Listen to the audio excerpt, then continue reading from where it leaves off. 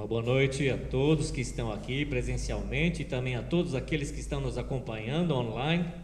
Nós queremos começar o nosso culto louvando a Deus e assim eu convido a vocês que estão em casa como nós aqui a cantarmos. Quero louvar-te sempre mais e mais, quero louvar-te sempre mais e mais, buscar o teu querer, tua graça conhecer, quero louvar-te. As aves do céu cantam para ti, as feras do campo refletem teu poder. Quero cantar, quero levantar as mãos a ti. Quero servir-te sempre mais e mais, quero amar-te sempre mais e mais, buscar o teu querer, tua graça conhecer, quero amar-te. As aves do céu cantam para ti, as feras do campo refletem teu poder. Quero cantar, quero levantar as mãos a ti. Quero servir-te, sempre mais e mais, quero servir-te sempre mais e mais, buscar o teu querer, tua graça conhecer, quero servir-te. As aves do céu cantam para ti, as feras do campo refletem teu poder. Quero cantar, quero levantar as mãos a ti, quero louvar-te.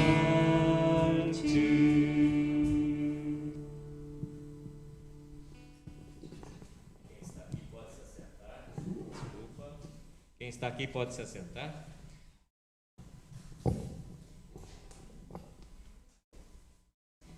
Nós nos reunimos aqui nessa noite, na graça e na paz do nosso Deus, desejosos que Ele mexa com o nosso coração, né? E eu quero saudar a vocês com uma palavra que é bem conhecida, de Lucas, no capítulo 15, versos 4 ao 7. Se você não quiser acompanhar a sua Bíblia, bota o ouvido bem atento. Lucas capítulo 15, versos 4 a 7 diz assim: se você tivesse 100 ovelhas e uma delas se perdesse, não deixaria as 99 para ir à procura da perdida até conseguir encontrá-la? E quando a encontrasse, você não carregaria nos ombros, todo alegre, e iria para casa? Quando chegasse lá, reuniria os seus amigos e vizinhos e diria: alegre-se comigo, pois eu encontrei a minha ovelha perdida. Ora, da mesma forma, há muito mais alegria no céu por causa de um pecador que volta para Deus do que por 99 justos que não precisam se arrepender. Essa passagem, ela dispensa muitas explicações, pois ela deixa bem claro sobre como Deus trata o pecador, o desviado, a ovelha perdida. Deus trata com compaixão. E o amor de Deus, ele é usado porque ele sempre chega antes de todos nós, né? Ele me ama antes, ele ama você antes, e ele se entrega por quem não merece, ele perdoa quem pede perdão, e mesmo que essa pessoa tenha feito a pior coisa possível. Esse é quem Deus é. Hoje, nós vemos pastores, líderes e nós mesmos fazer de tudo para agradar as 99. Não é verdade? Fazemos de tudo para que essas ovelhas fiquem cada vez mais mimadas e preguiçosas e se sintam à vontade. Enquanto a ovelha perdida sempre é tratada com hostilidade. Não é verdade que nós dizemos, ela fez a escolha dela e que vai colher as consequências. Ela está desviada porque quer.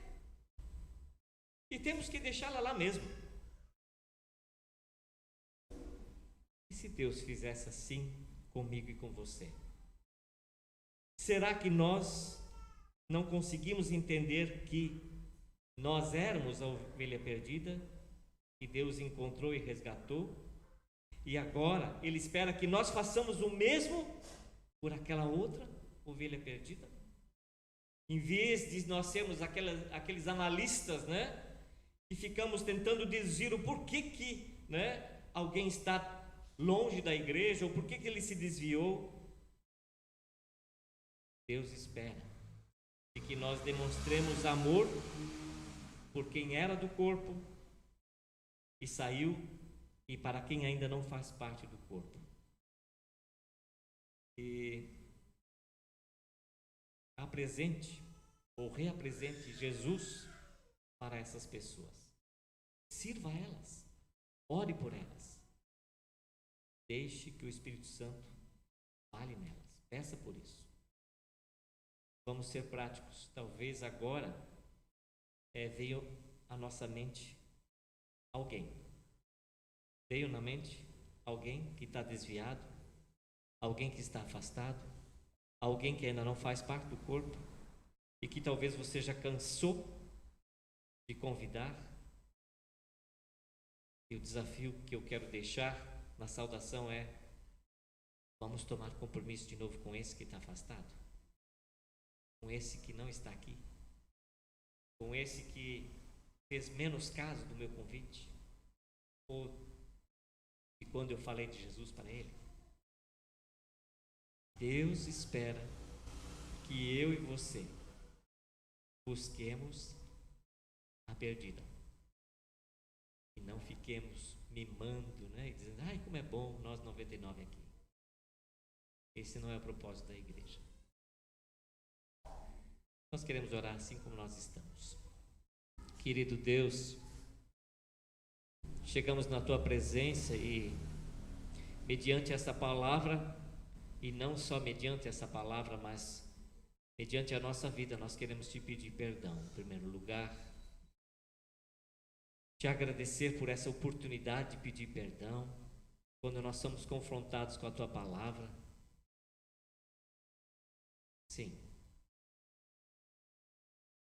Nós temos que reconhecer, e eu falo isso de mim, que nós temos tido pouca preocupação por aquela uma que se perdeu, ou está se perdendo. Querido Deus, põe-nos no prumo de novo do Teu propósito, como igreja, como cristão, como crente.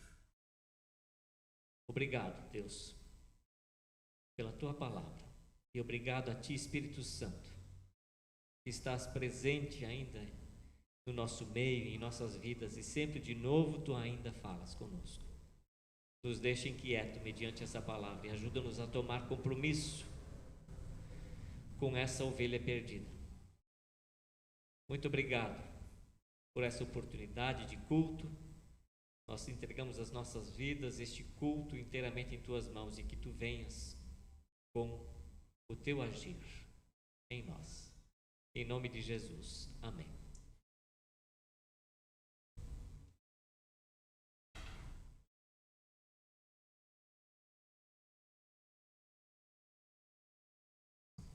Nós queremos continuar seguindo com o nosso louvor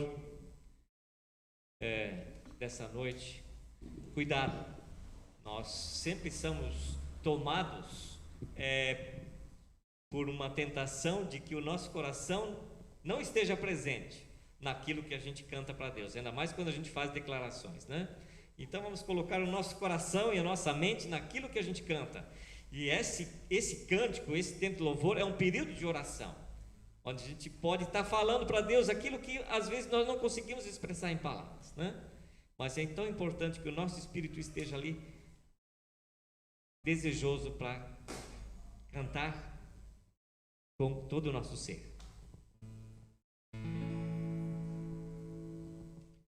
Senhor meu Deus, quando eu maravilhado contemplo a tua imensa criação, a terra e os anjos, céu todo estrelado, me vem falar da tua criação.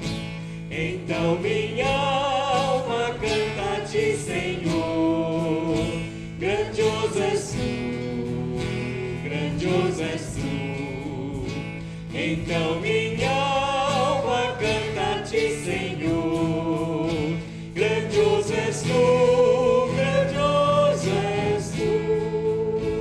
E quando penso quanto Deus me ama, que em meu lugar na cruz Jesus sofreu, a gratidão meu coração inflama, pois foi por mim que ele padeceu. Então minha alma canta a ti, Senhor, grandioso és tu, grandioso és tu. Então minha alma canta a ti, Senhor, grandioso és tu, grandioso és tu. Tua palavra veio revelar-me o eterno alvo que devo alcançar. Com tantas bênçãos vens presentear-me, eternamente hei de te louvar. Então minha alma canta a ti, Senhor, grandioso és tu, grandioso és tu. Então minha alma canta a ti, Senhor, grandioso és tu, grandioso és tu.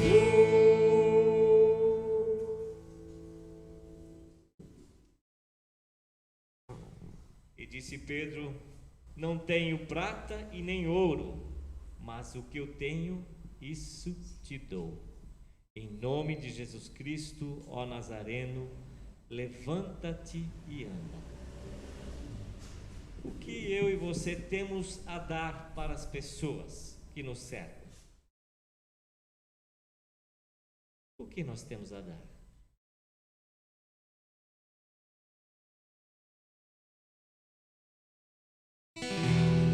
Se algum dia a tristeza chegar e sua voz procurar por alguém, e ao seu redor não existe ninguém, se a paz que tanto procuras não vem, e sua fonte de vida cegar, e a razão de viver se acabar, você vai então saber que este mundo não pode dar aquilo que seu coração deve encontrar. Só existe um caminho pra você se libertar, sua vida a Jesus entregar. Então a vida terá seu valor e nada vai conseguir acabar a alegria de com ele estar. Você vai então saber que este mundo não pode dar aquilo que seu coração quer encontrar. Só existe um caminho pra você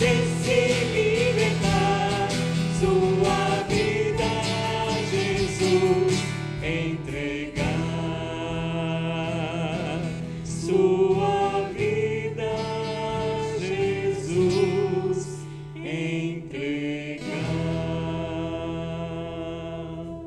Pedro e João, naquela ocasião, quando eles se encontraram com o Nazareno, eles tinham algo precioso para oferecer para aquele Nazareno.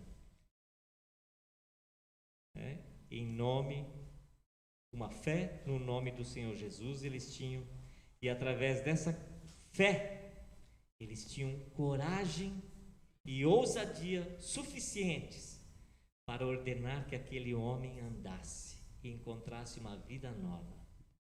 O que nós temos a oferecer para as pessoas? O que nós temos a transmitir para elas?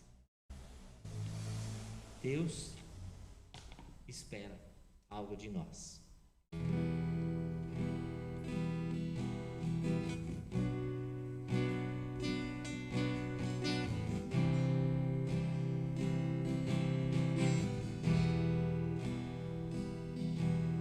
Eu sei que foi pago um alto preço para que contigo eu fosse o meu irmão.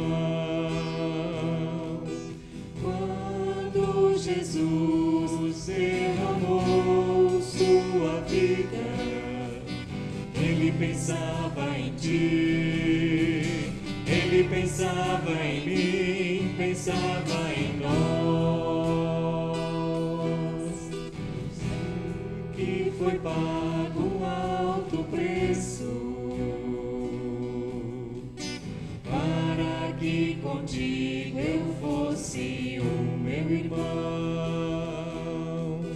Quando Jesus derramou sua vida, Ele pensava em ti, Ele pensava em mim, pensava em nós, e nos via redimidos por seu sangue, lutando o bom combate do Senhor, lado a lado trabalhando, sua igreja edificando e rompendo as barreiras pelo amor. E na força do Espírito Santo nós proclamamos aqui que pagaremos o preço de sermos um só coração no Senhor. E por mais que as trevas militem e nos tentem separar, com nossos olhos em Cristo, unidos iremos andar. E na força do Espírito Santo nós proclamamos aqui que pagaremos o preço de sermos um só coração no Senhor. E por mais que as trevas militem e nos tentem separar, com nossos olhos em Cristo, unidos iremos andar. Unidos iremos andar. Unidos iremos andar.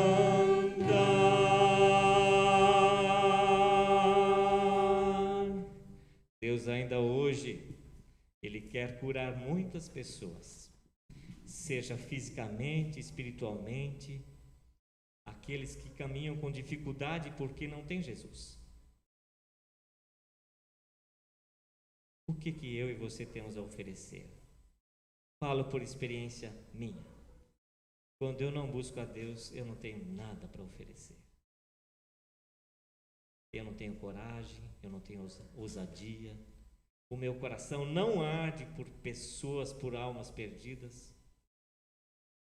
Por isso, quando Pedro e Simão encontraram aquele homem pedindo comida. Eles tinham algo a oferecer. Nós também devemos oferecer. Quando eu não busco a Deus, eu também não me compadeço da fome do outro. Então, o desafio é: vamos buscar o Senhor, para que nós tenhamos o que oferecer para tantas pessoas necessitadas.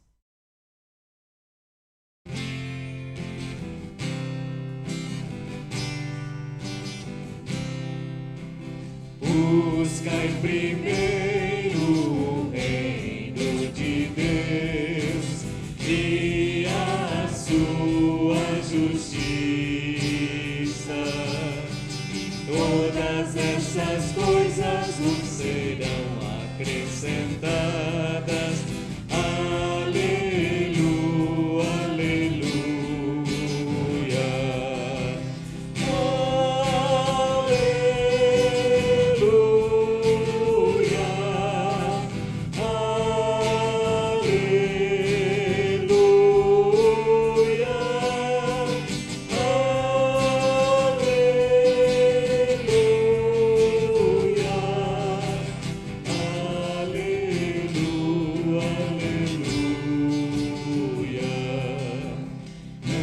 Só de pão o homem viverá, mas de toda palavra que procede da boca de Deus. Aleluia, aleluia.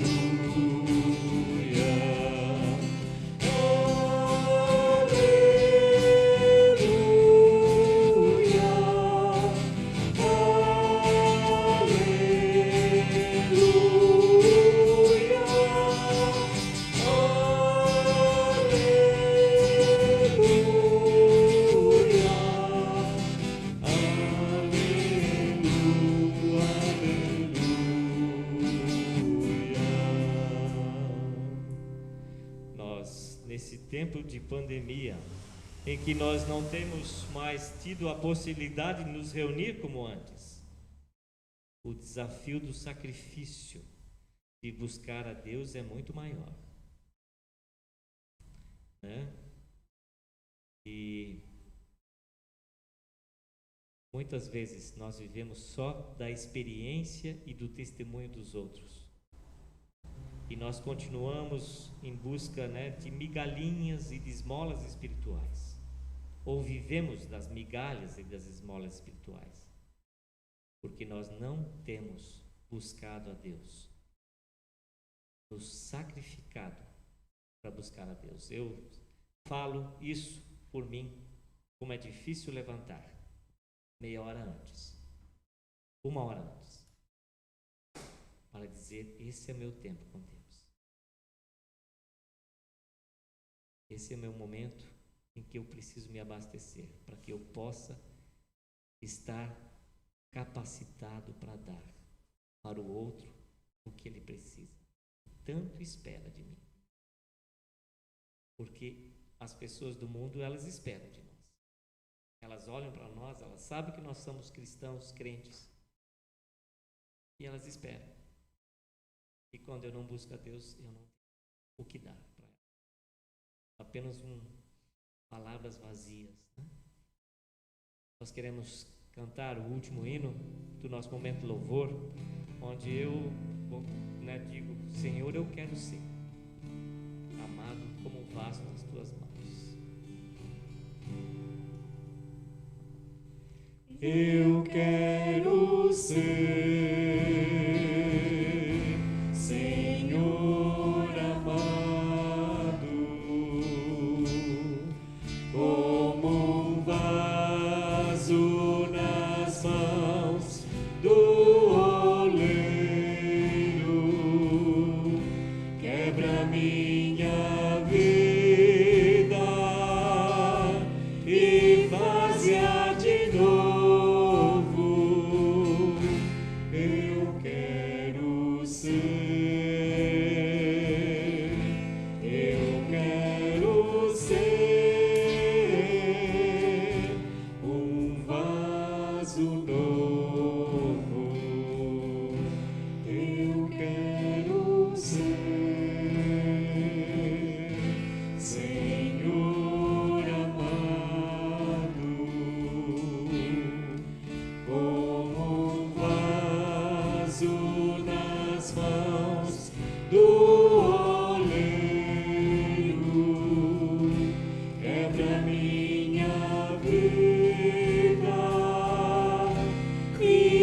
faz-a de novo. Eu quero ser, eu quero ser um vaso novo.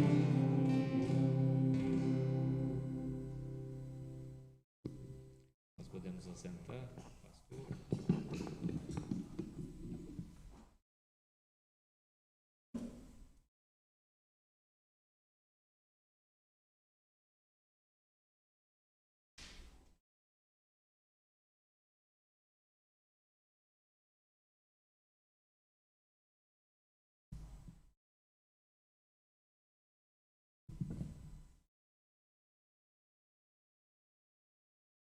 Boa noite, bom podermos estar juntos aqui.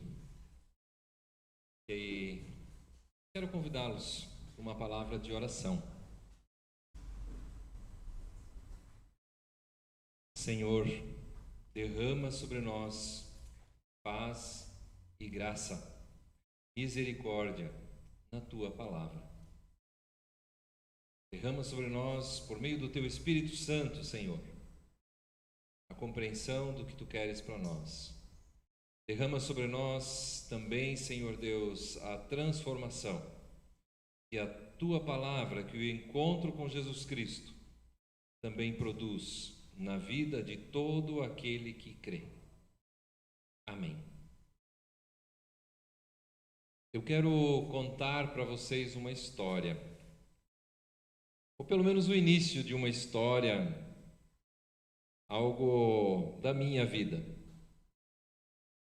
O pai e a mãe, seu Haroldo e dona Joana, que estão assistindo, vão lembrar. Talvez, eu imagino que vão lembrar. Eu era adolescente ainda, 13, 14 anos. Meus pais pediram para eu não fazer algo. Uma certa situação, uma certa ocasião, eles disseram, não faça isso. Eu, obviamente, sabendo que meus pais não estavam vendo, não estariam naquele momento, eu fiz o que eles disseram para eu não fazer, achando que eles não descobririam. Mas eles descobriram. Eles descobriram. Eu tinha pensado tudo certinho para eles não descobrirem, mas eu esqueci um detalhe, e eles descobriram. Quando eles descobriram, vieram me questionar. Eu o que fiz? Olhei nos olhos do meu pai, com o olhar mais santo e sério que eu podia fazer naquele momento, e disse para ele, não fiz isso. Tu fez? Não. Olhando de novo nos olhos do pai. Eu não fiz. Lembrando dessa história, é uma das histórias que eu mais lembro da minha adolescência. Uma situação assim, muito marcante da minha vida. Eu fiquei pensando, por quê? Porque quando nós fazemos algo de errado, nós não vemos a possibilidade de conserto daquilo, ou de recomeço. Por que não pensamos na possibilidade de recomeçar e tentamos imaginar todas as possibilidades possíveis para conseguir resolver aquela situação sem ter que admitir eu estava errado? Usamos da nossa espiritualidade, da nossa religiosidade, da nossa cara de santidade, porque de santidade não tinha nada ali,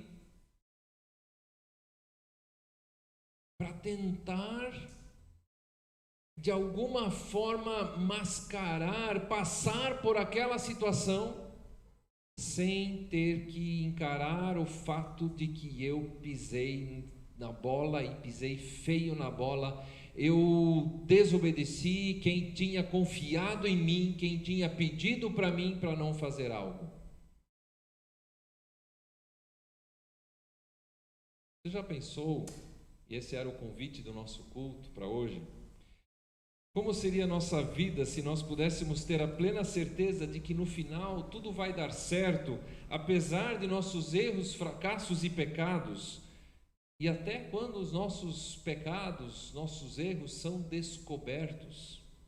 Saber que, mesmo assim, tudo ainda é possível de ser resolvido e de dar certo no final. Apesar de circunstâncias difíceis que se apresentam ao nosso redor, de notícias que ouvimos, de doenças que parecem não ter fim, como a Covid, que continua aí fazendo suas vítimas.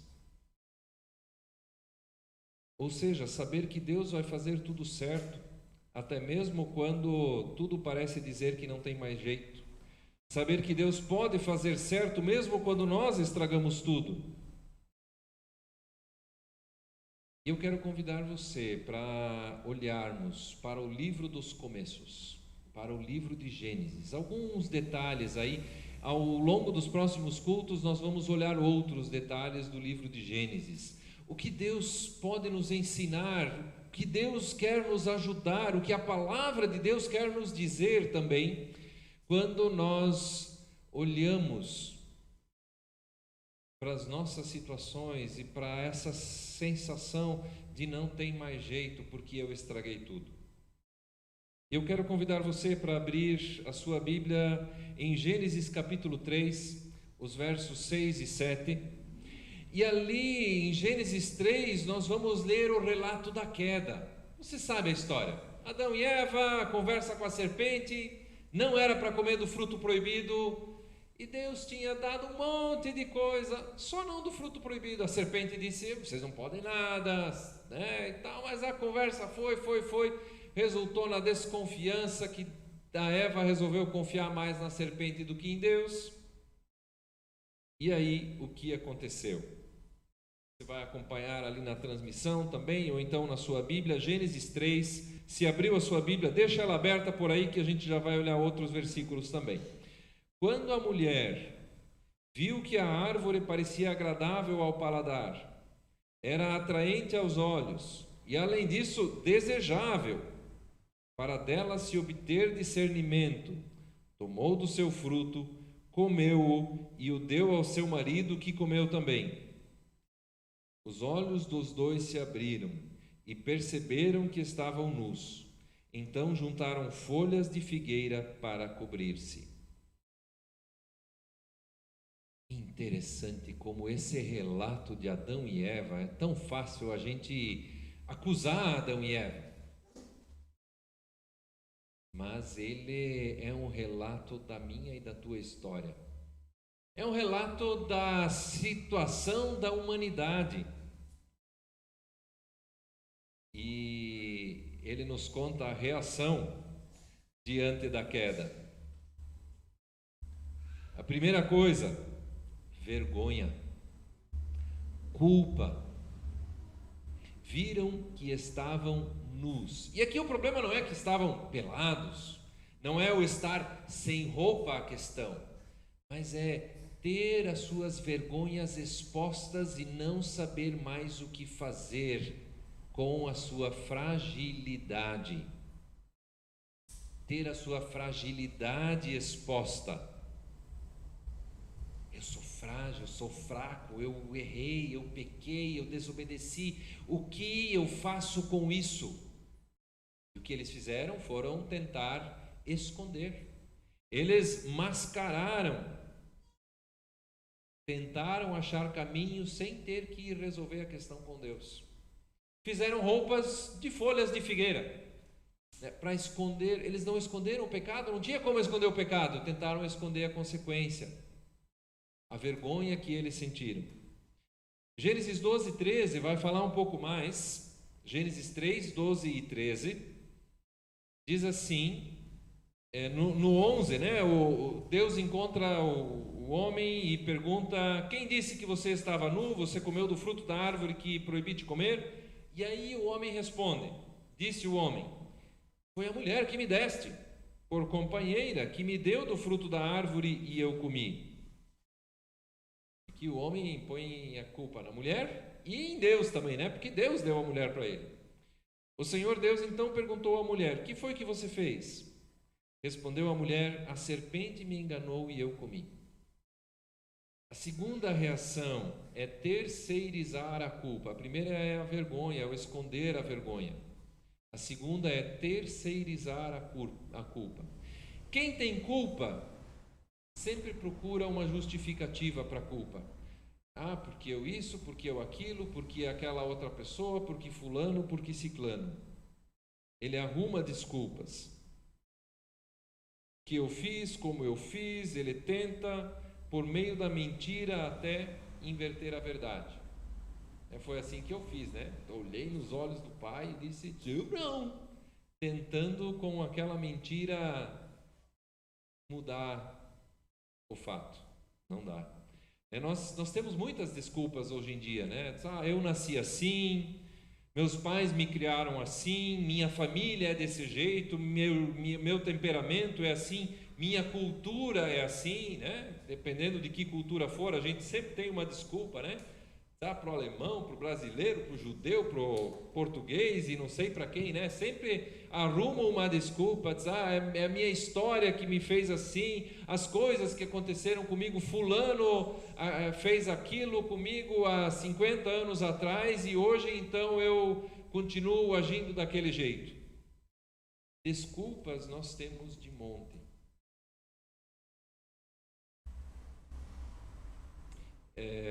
Só um detalhe aqui, é interessante, né?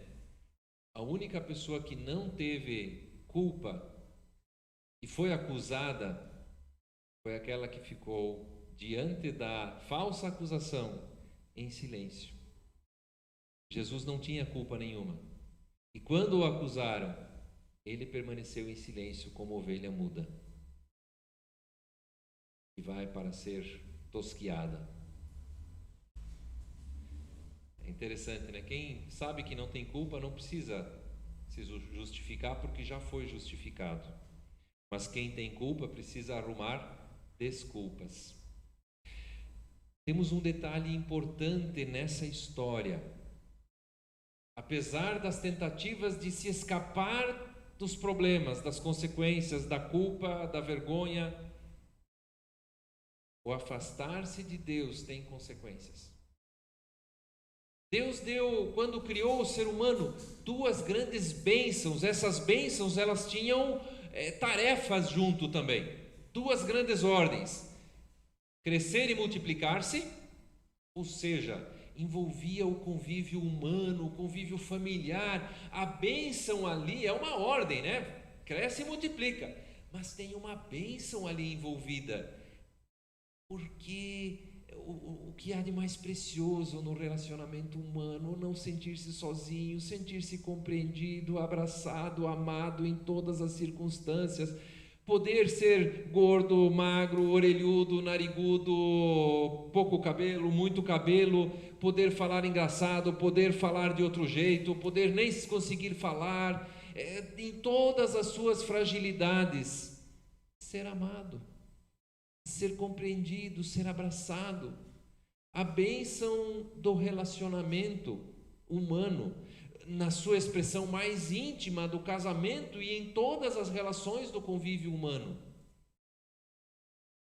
Uma bênção, e essa se perdeu. Talvez sobraram algumas coisas, né? Uns respingos da graça sobraram, mas o pecado tem consequência.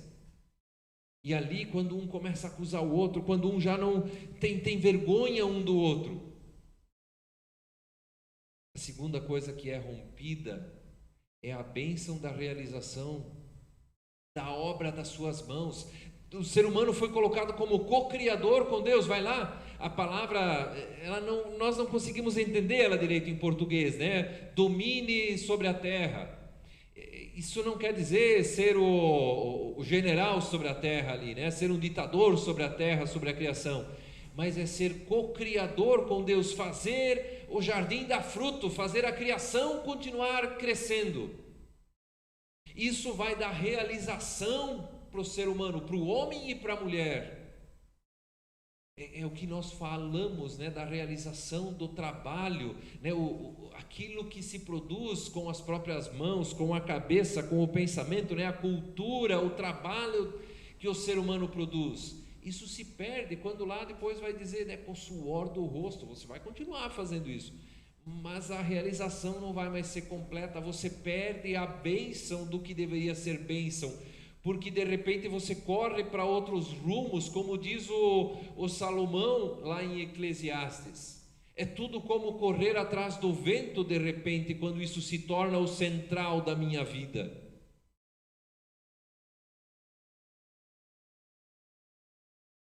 O pecado traz consequências, mas por isso a grande pergunta que surge quando nós estragamos tudo: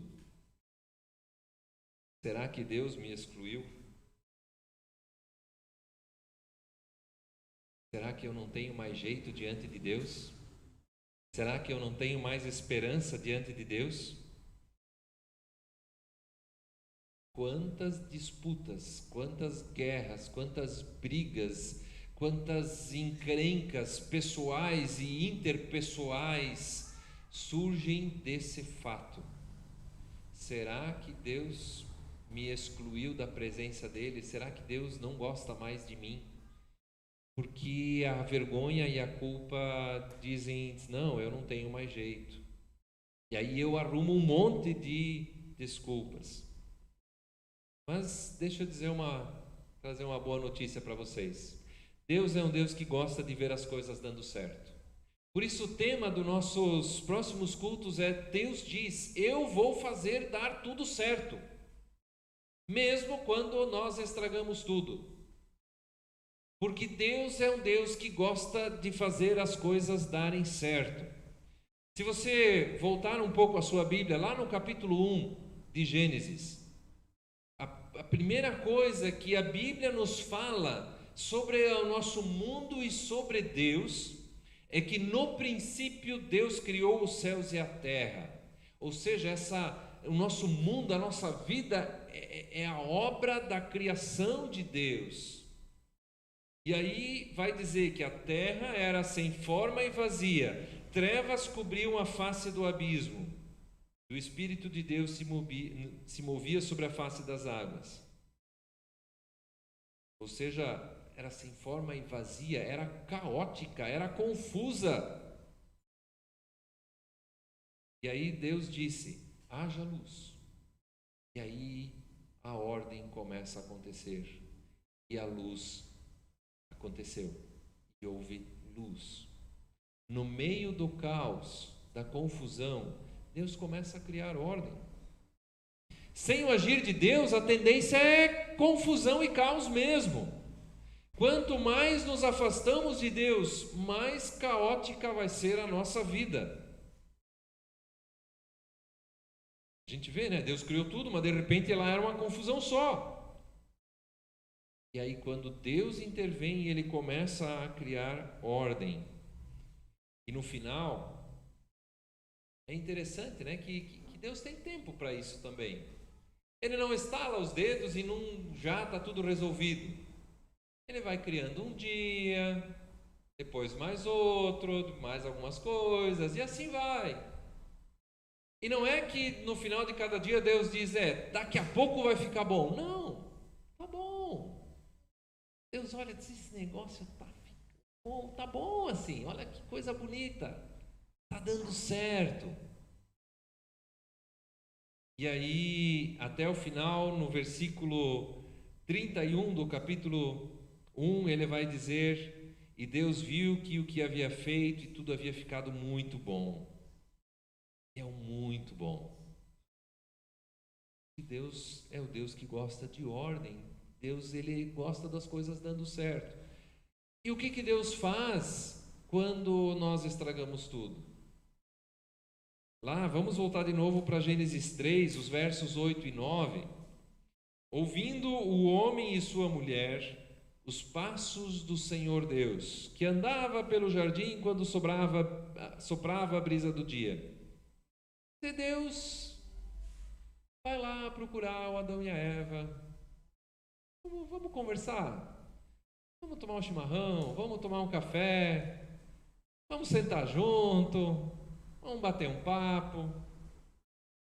Mas o homem e a mulher, quando ouviram isso, esconderam-se da presença do Senhor Deus entre as árvores do jardim. Mas o Senhor Deus chamou o homem perguntando. O que Deus pergunta? O que você fez? Isso ele perguntou depois. Mas antes ele perguntou: onde você está? A primeira coisa que Deus faz é vir ao encontro do ser humano.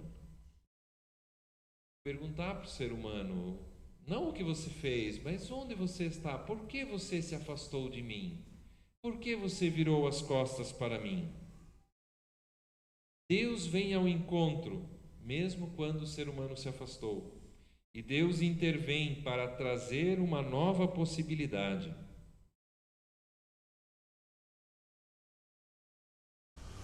E em Gênesis 3, 14 e 15, quando Deus vai falar para a serpente, né?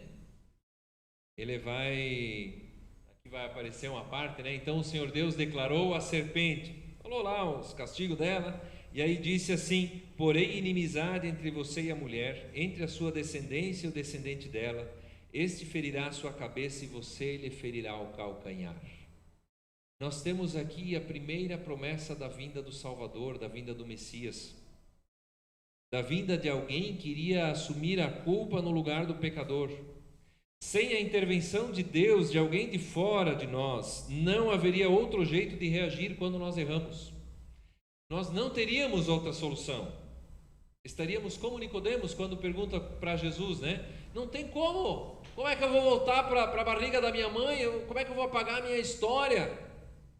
Não tem jeito, olha só tudo que eu estraguei. Mas aceitar o perdão conquistado em Jesus como realidade que apaga a culpa, que possibilita um novo começo, nos traz uma vida de perdão e de misericórdia, nos traz uma vida nova. Não sei se você ficou curioso em como continuou a minha história. Depois que eu neguei tudo para o meu pai, eu saí, fui lá para o canto da casa, lá fora, fiquei um tempo lá, aí a mãe veio. Não sei se a mãe lembra disso. E a mãe, ela só disse: Beto, vai lá, pede desculpa para o teu pai, pede perdão para ele. Ela nem esperou saber se eu tinha, o que eu ia dizer, né? Se eu ia tentar arrumar mais uma desculpa ou não. Vai lá e faz isso e resolve essa situação. E aí não teve jeito, né? Aí eu fui lá, aí não foi olhando no olho dele, não. Aí foi de cabeça baixa. Pai, eu fiz isso, eu menti, desculpa, me perdoa. Não precisava mais negar o que eu fiz. É interessante, enquanto eu neguei, estava lá fora, não tinha coragem de entrar dentro de casa. Depois, de cabeça baixa, estava de novo dentro de casa. Demorou um pouco, tenho que confessar, para eu assumir que aquela atitude, aquela que eu não queria assumir, que eu menti, né, não era boa para mim, e que o melhor mesmo era abandonar. Levou um tempo, mas eu fui percebendo, poxa vida, aquilo que meus pais estavam querendo para mim, sim, aquilo era o melhor. E eu lembrei de uma outra história que, para concluir, nós temos que dar uma olhada. Lá no Novo Testamento, nós temos a história de alguém que também perseguiu o próprio Cristo, perseguiu os cristãos, estava tão afastado de Deus, achando que estava tão certo, que é o apóstolo Paulo. E como ele nos fala, nos testemunha desse encontro com Jesus Cristo. Lá em 1 Timóteo capítulo 1, os versos 15 e 16, ele vai falar de como o experimentar o perdão, o amor de Deus, esse Deus que vai fazer dar tudo certo, como isso mudou a vida dele. Ele diz: essa afirmação é fiel e digna de aceitação. Qual é a afirmação? Que Cristo Jesus veio ao mundo para salvar os pecadores. E aí ele continua a afirmação ainda: dos quais eu sou o pior. Mas por isso mesmo alcancei misericórdia, para que em mim, o pior dos pecadores, Cristo Jesus demonstrasse toda a grandeza da sua paciência, usando-me como exemplo para aqueles que nele haveriam de crer para a vida eterna. A nova vida de alguém que era perseguidor de Cristo e de cristãos, cujo encontro com Cristo mudou tudo, exclui a necessidade da superação, do esconder a culpa, os pecados, fracassos, fragilidades. Ele assume: eu sou o principal. De poder assumir: eu sou pecador. Ao invés de esconder, de negar, de mascarar, assumir a responsabilidade pelos seus atos. Em segundo lugar, uma possibilidade de recomeços, ali onde antes havíamos estragado tudo. E o Paulo fala exatamente de duas coisas aqui: do convívio. Ele não fala diretamente, né? Mas nós sabemos pela história o convívio, a relação, né? Alguém que antes perseguia cristãos se torna irmão de cristãos. E alguém que antes, cujo objetivo de vida era matar, agora o objetivo de vida é testemunhar de Jesus. As bênçãos que foram corrompidas podem ser restauradas. A realização dos relacionamentos e do trabalho. Alcancei misericórdia. Misericórdia não é algo abstrato, é uma palavra lá da religião, da igreja, mas é algo concreto que se pode perceber na vida. Um novo sentido de vida ele também experimenta. Ele é exemplo para os outros. O afastamento de Deus nos coloca por nossa própria conta e risco. Tive uma vez um diálogo era uma encenação numa aula de aconselhamento. Foi muito interessante aquele aconselhamento. Eu era para fazer o papel lá de alguém que estava afastado de Deus e tal. E ali eu inventei uma história e disse: não, tá tudo bem e tal, não sei o quê. E aí a pessoa, aí era o próprio professor, ele disse: tá tudo bem, então vem contar lá na igreja como é que está tudo bem assim, porque isso deve ser um exemplo muito legal. Ele me quebrou, né? Porque o personagem lá que eu estava assumindo não estava nada bem, estava fazendo um monte de coisa errada. Quando nós estamos por nossa própria conta e risco, a gente tem coisa que a gente não quer contar, não quer dizer, não quer, não pode. É porque é vergonha, é culpa, está errado. Mas diante de Deus, a graça de Deus transforma a nossa vida. O pecado que foi confessado, ele fica no passado, no mais profundo abismo, e ninguém pode pegar lá. E ali há vida nova, há novos começos, há esperança. Quando Deus diz: eu vou fazer tudo dar certo, Ele coloca o dedo na nossa ferida, mostra onde nós estragamos, mas Ele diz: não se preocupe. Eu quero concluir com umas palavras aqui de um livro, um devocional, chamado Cartas de um Deus que Te Ama, escrito por Larry Crabb. Ele vai dizer nesse livro, como se fosse voz de Deus, né, ao falar sobre a intenção das histórias do livro de Gênesis. Ele diz assim: Deus diz: eu quero que você perceba que nunca menosprezei o quanto você poderia arruinar a sua própria vida, ou quão dolorosamente você poderia lutar e sofrer. Eu também não quero que você subestime suas falhas e lutas. Elas fazem parte da história que estou contando. Não subestima, né? Tá ali, Deus sabe, Deus conhece, não adianta esconder. Mas também faz parte da história de Deus, que Deus quer contar também da minha e da tua vida. E aí continua: mas eu também não menosprezei a minha determinação, a determinação de Deus, ou minha habilidade de entrar na confusão que você criou e na dor que você sente e transformar tudo ao redor. Eu posso e eu vou transformar tudo em coisas boas novamente. Deus diz: eu vou fazer tudo dar certo, mesmo quando nós estragamos tudo. Amém. Eu quero convidar você para se colocar de pé. Em casa, eu não sei se você se colocou de pé ou não, aqueles que puderem, né? Mas eu quero convidar você para se colocar em oração. Até se você puder se colocar de pé em casa também para isso.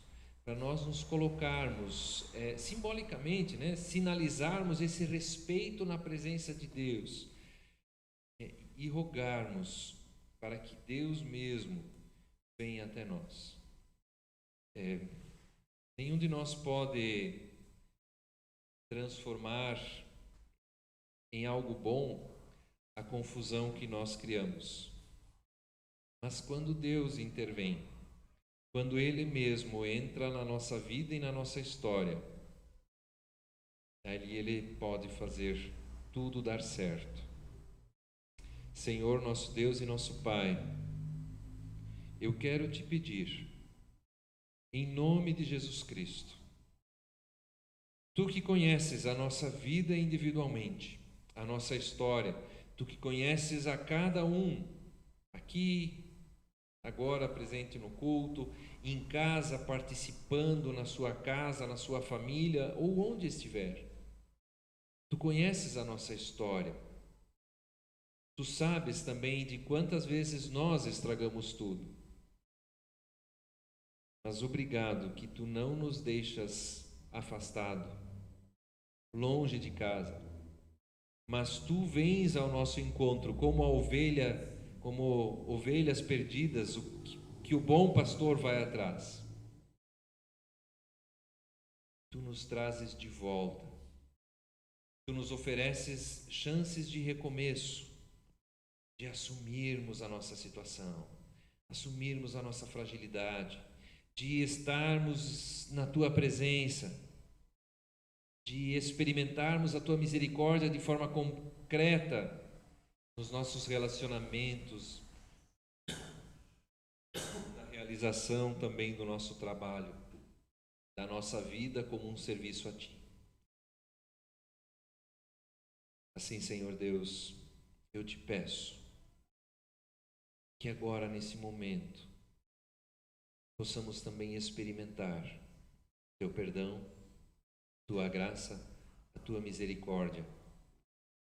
Visita, Senhor, Te revela, Senhor, na vida de cada um, de cada uma, dos irmãos, das irmãs, de quem está aqui presente, de quem está assistindo também esse momento.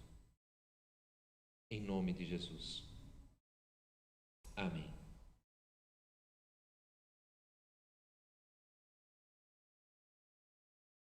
Podem sentar. Obrigado. Chegando nos finalmente do nosso culto, nós queremos lembrar aí das atividades que querem nos auxiliar também no nosso dia a dia, no nosso testemunho, na nossa vida, na edificação pessoal também como cristãos, como sal e luz nessa terra. Em primeiro lugar, o nosso parabéns aos aniversariantes dessa semana. Hoje a gente tem aniversário, a Rafaela Tomazelli, Vespal Tomazelli, lá de Pissarras. Nosso abraço para a Rafa, para o Marcel, para o Gabriel e para a pequena Mariana, né? Os parabéns para ela. Também temos um casal de aniversário de casamento, dia 22, o Helmut e a Nica, que estão em casa nos assistindo. nosso abraço para vocês, Helmut e Nica, parabéns aí por mais um ano que Deus tem acompanhado vocês, parabéns ao casal e à família.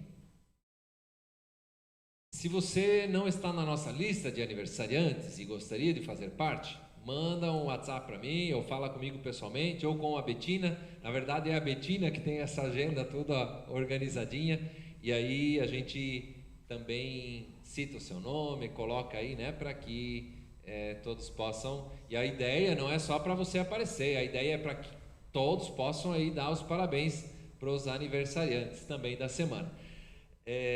Quarta-feira, gente, estudo bíblico presencial. Você pode participar aqui do estudo junto também e online ao mesmo tempo. A nossa intenção é tentar também que possamos ter pessoas aqui presencialmente no estudo. Você sabe que presencialmente o estudo é muito mais legal, né? Mas também para quem não pode, a gente continua com o online. E quem vem presencialmente tem que chegar uns 10 minutos antes. Toda a questão aí, máscara, álcool gel, distanciamento, né? Para que possamos ter um espaço de cuidado e de confiança. Além disso, na sexta-feira, 9 horas da noite, a live de oração. E no sábado, os jovens se encontram pelo Zoom. E nós, como comunidade, temos alguns projetos. Uma das necessidades, nós não temos só projetos estruturais, né? Nosso objetivo maior aí é que a palavra de Deus possa alcançar mais pessoas. Para isso, nós temos o projeto Dose de Esperança, entre outras coisas, né? Mas tem o Dose de Esperança. Dose de Esperança agora para o Dia do Trabalhador.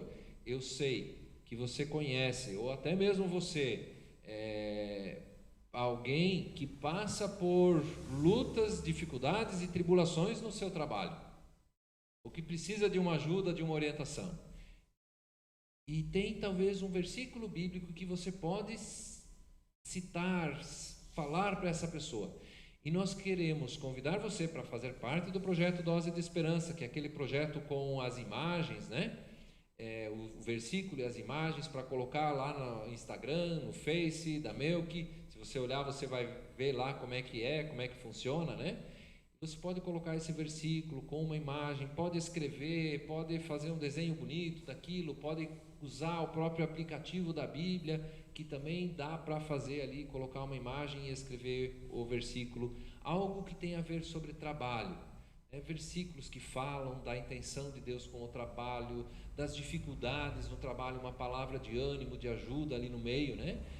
Orientações gerais. Livro de Provérbios tem um monte de palavras ali. Então faça parte aí desse projeto. E também nós temos o projeto aqui do forro, né? Que foi retirado. Quem está acompanhando aí nas redes sociais, ou pelo menos no WhatsApp das comunicações da Melk, né? Ontem o pessoal estava limpando aqui, dando uma ajeitada. Se você olhar da semana passada para hoje, já está um pouquinho diferente, né? Já tem algumas coisas aí um pouquinho arrumadas, mas ainda falta muita coisa. Então agradecemos as doações que já vieram e que tem nos tornado possível fazer algumas coisas, mas nós também continuamos incentivando você para ajudar tanto para o forro quanto para o ministério da Melk de forma geral. Você pode, ali está aparecendo, né, o número da conta, dá para fazer transferência, dá para fazer o Pix também, mas o Pix, nós não temos chave Pix, é o Pix para conta e agência, né? Dá para fazer. Você pode vir num culto presencialmente, deixar a sua oferta aqui no culto também, na saída do culto, ou entregar durante a semana aí. Deus abençoe, dádivas e doadores. E a gente quer deixar o nosso abraço para quem está nos assistindo. Quem deixou o seu nome aí nas redes sociais, né, no Face, no YouTube, nos comentários. Nosso abraço para Dona Ruth Radins, para Irmgard, para Dani Lauret e para Liz. Essa semana ficaram em casa, né, Marcos? O Jean e a Dona Zelina, a Nilva e o Joel Tolardo, o José e a Singrid, a Vera e o Gerson, o Helmut e a Nica, a Marlise Euque lá em Benedito Novo, o seu Haroldo e a dona Joana, o Cláudio Richard é lá de Rio Negrinho, do nosso tempo lá de Rio Negrinho, da Gerine, né? Um abraço, Richard e Cleide, a Eloide, a Margarete, não estava aqui tocando hoje, né?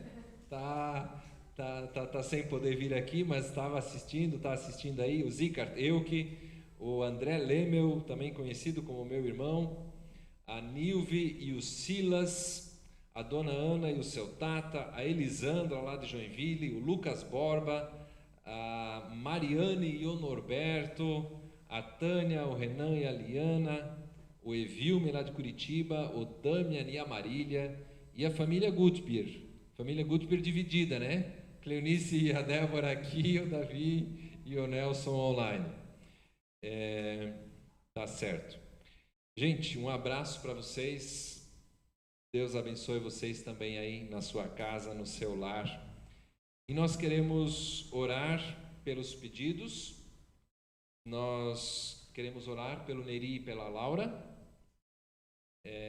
que foram diagnosticados com Covid, pela recuperação deles, pela cirurgia da mãe do Renato, procedimento cirúrgico, a gratidão pela cirurgia da Dani na terça-feira passada, né? E o Natan e a dona Edna, né, que estão aí nos visitando hoje, perderam familiares também nos últimos dias aí para o Covid. A gente quer lembrar aí desse momento da família enlutada também, uma tia do Natan e também o Samuel, que foi um pai para o Natan depois que o Natan perdeu o pai, né? Então nós queremos orar por isso. E a dona Vera pede também pelos sobrinhos dela. O sobrinho continua internado, inclusive. Vamos orar então. Nosso Deus e nosso Pai, nós queremos trazer agora diante do Teu altar também os nossos pedidos, Senhor. Como o salmista nos ensina que podemos gritar por socorro, podemos trazer na Tua presença aquilo que nos aflige, e nós queremos interceder também pela Tua ação, pelo Teu agir na vida da Laura e do Neri, pela recuperação deles, também nesse procedimento da mãe do Renato. Te damos graças, Senhor Deus, pela Dani que fez o procedimento, está se recuperando, e também colocamos os sobrinhos da dona Vera nas Tuas mãos, ó Pai, especialmente o sobrinho que está internado. Senhor nosso Deus, e os demais adoentados, nós trazemos na Tua presença, Senhor. A doença, ela mostra a nossa fragilidade, ela traz inúmera insegurança. Nós confiamos nas Tuas mãos, nós pedimos pela cura, pela melhora, pela recuperação, Senhor, mas também dizemos, como Jesus, não seja feita a minha, mas a Tua vontade, Senhor. Esse é o nosso desejo, mas nós confiamos também na Tua boa mão. Senhor, queremos orar também pela dona Edna e pelo Natan, enlutados pela perda da tia, da irmã, pela perda também do Samuel, que foi como um pai na vida do Natan. Ó Senhor Deus, consola o coração deles também com a certeza do Evangelho, pela esperança da ressurreição, também pela certeza de que Tu estás no controle de todas as coisas, e nós os entregamos também nas Tuas mãos e pedimos que o Teu consolo, que a Tua graça e a Tua misericórdia também acalente os corações feridos, entristecidos, que em Ti tenham paz, alegria e esperança, e todos os demais enlutados, Senhor. A perda de alguém querido sempre é um vazio que fica, mas Tu, Senhor, também preenches aquilo que nem mesmo nós conseguimos imaginar e entender de um jeito tão grandioso, Senhor, e nós pedimos também por isso, pelo Teu agir na vida dos enlutados. Assim oramos em nome de Jesus Cristo, nosso Senhor e Salvador, que contigo vive e reina de eternidade a eternidade. Amém. Eu ainda quero pedir pela bênção de Deus para as nossas vidas e que o Senhor, teu Deus, Todo-Poderoso, o Pai, o Filho e o Espírito Santo, Ele te abençoe e te guarde, e Ele levante o seu rosto sobre ti e tenha misericórdia de ti. Ele faça resplandecer o seu rosto sobre ti e te dê a sua paz. E assim te abençoe o Todo-Poderoso Deus, o Pai, o Filho e o Espírito Santo, desde agora e para sempre. Amém. E seja uma bênção, então, no seu dia a dia. Uma boa noite a todos.